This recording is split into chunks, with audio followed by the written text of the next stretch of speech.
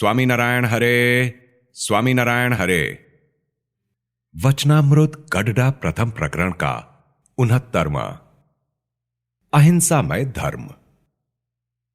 संवत 1876 में चैत्र शुक्ला द्वादशी 26 मार्च 1820 को स्वामी श्री सहजानंद जी महाराज श्री गडडा स्थित दादा खाचर के राजभवन में श्री वासुदेव नारायण के मंदिर के आगे पश्चिमी द्वार के कमरे के बरामदे में पलंग पर विराजमान थे। वे श्वेत वस्त्र धारण किए हुए थे। उनके समक्ष सभा में मुनि तथा स्थान स्थान के हरिभक्त बैठे थे। श्री वासुदेव नारायण की संध्या आरती संपन्न हुई। पश्चात नारायण धुन करके श्री जी महाराज बोले कि धर्म किसका नाम है, इसका शास्त्रोक्त रीति से उत्तर दीजिए।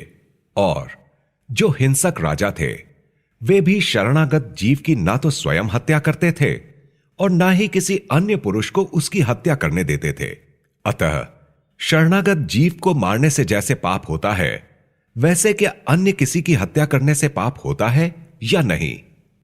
तत्पश्चात जिसे जैसा लगा उसने वैसा उत्तर दिया, परंतु श्री जी महाराज ने शंका प्रकट की, तब किसी से उत्तर नहीं हो पाया। फिर समस्त मुनि बोले, हे महाराज, हम भी आपसे यही प्रश्न पूछते हैं कि एक ओर तो यज्ञादि में पशु हिंसा के सहित धर्म निरूपण हुआ है और दूसरी ओर अहिंसा रूप भी धर्म को बताया गया है। इसीलिए कृपया बताइए कि इसमें सत्य बात क्या है। तब श्री जी महाराज बोले कि हिंसा युक्त जो धर्म है वह तो धर्म, अर्थ और काम परक है, और वह भी हिंसा के संकोच के लिए प्रतिपादित किया गया है। और जो अहिंसामय धर्म है वह मोक्ष परायण बताया गया है, यही साधु का धर्म है। और हिंसामय जो धर्म है वह तो आसक्ति से प्रेरित है, किंतु कल्याण के लिए नहीं है। और जो अहिंसामय धर्म है वह तो केवल कल्याण के लिए है। अतः गृहस्थों और त्यागी जनों के लिए केवल अहिंसामय धर्म को ही कल्याण के लिए बताया गया है।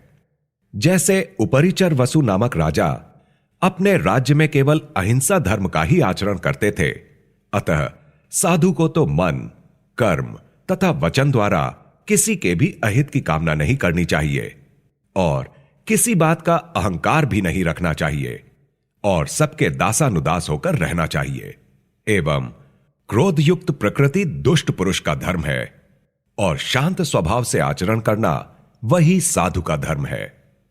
तब कोई यह कहेगा कि जब हजारों मनुष्यों से नियमों का पालन कराना हो तो साधुता ग्रहण करने से कैसे काम चलेगा? इसका उत्तर यह है कि राजा युधिष्ठिर का हजारों कोसों में राज्य था, तो भी उन्होंने साधुता रखी थी।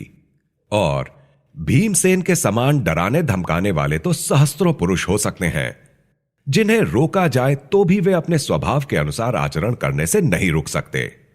अतः कठोर स्वभाव वालों की कोई कमी नहीं है। ऐसे तो बहुत मिले, लेकिन साधु होना ही अत्यंत दुर्लभ है। इति वचनामृतम।